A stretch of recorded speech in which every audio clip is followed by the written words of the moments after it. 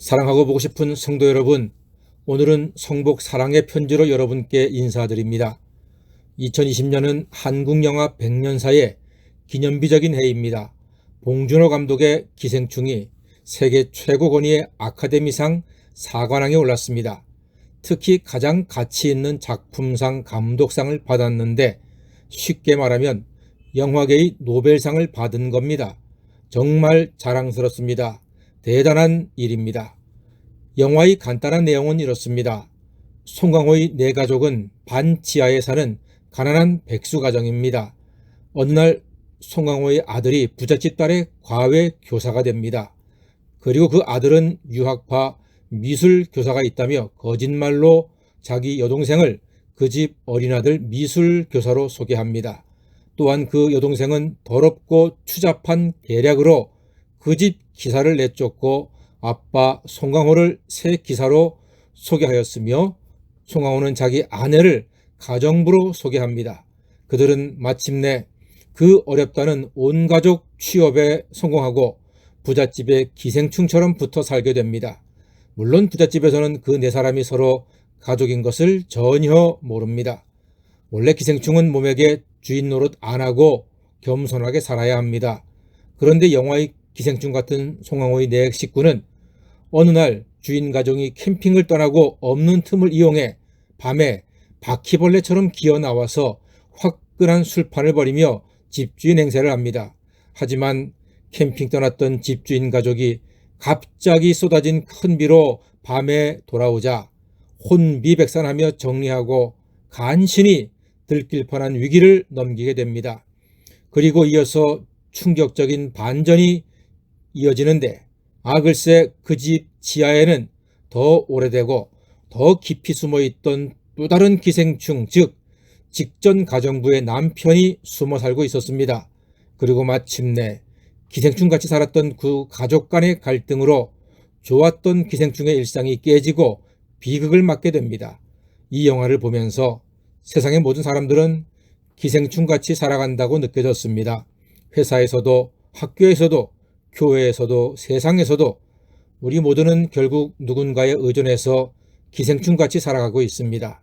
어쩌면 우리는 하나님께 기생충처럼 붙어서 생존하고 있는지도 모르겠습니다. 그런데 이것 아십니까? 성경에는 하나님이 기생충과 비슷한 지렁이로 칭하는 한 사람이 있습니다.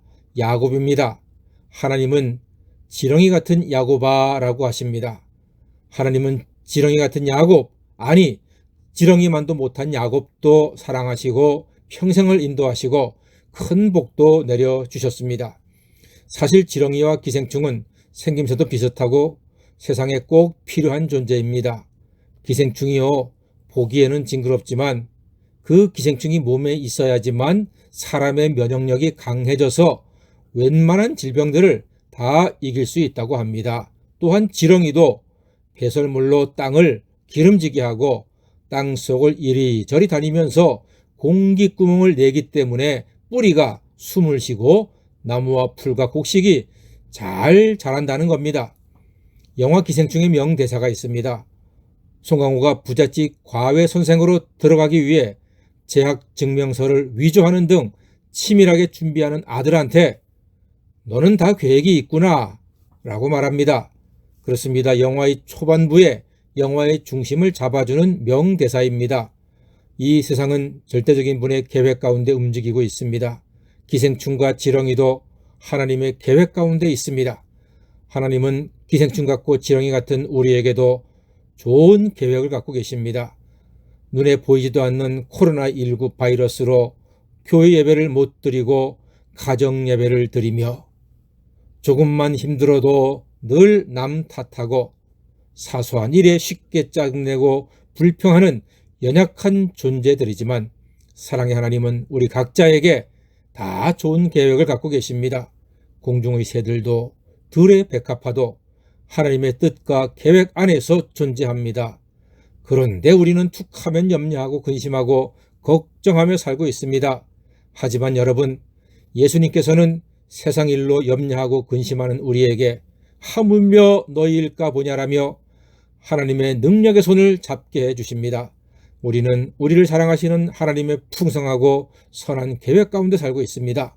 우리 모두 서로 사랑하고 화목하며 함께 하나님께 꼭 붙어서 하나님을 의지하고 하나님을 경배하는 아름다운 인생길의 친구가 되기를 소망합니다.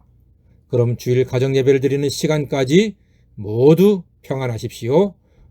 고경선 목사 문안드렸습니다. 샬롬.